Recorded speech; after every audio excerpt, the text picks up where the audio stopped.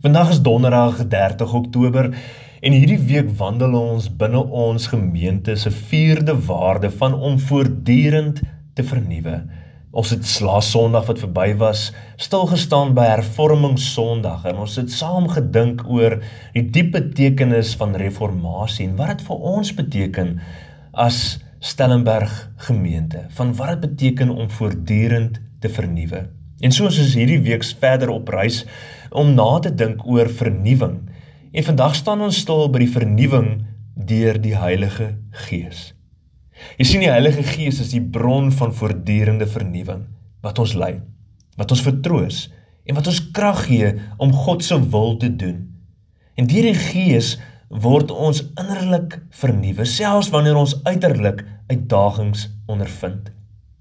Ons teksgedeelte vanoggend is 2 Korintiërs 4 vers 16 wat die volgende sê: Om hierdie rede word ons nie moedeloos nie.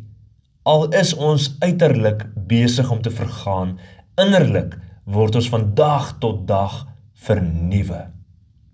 Hierdie vers herinner ons dat vernuwing 'n daaglikse proses is, geskryf en gedryf deur die Heilige Gees. Selfs in tye van swaar kry, word ons innerlike mens versterk deur God se teenwoordigheid. En die Gees help ons om te groei in karakter, om vol te hou in gebed en om God se liefde uit te dra. Vernuwing deur die Gees beteken dat ons sensitief moet wees vir sy leiding. Dit vra dat ons tyd afstaan vir gebed en stilte, sodat ons God se stem kan hoor en kan onderskei.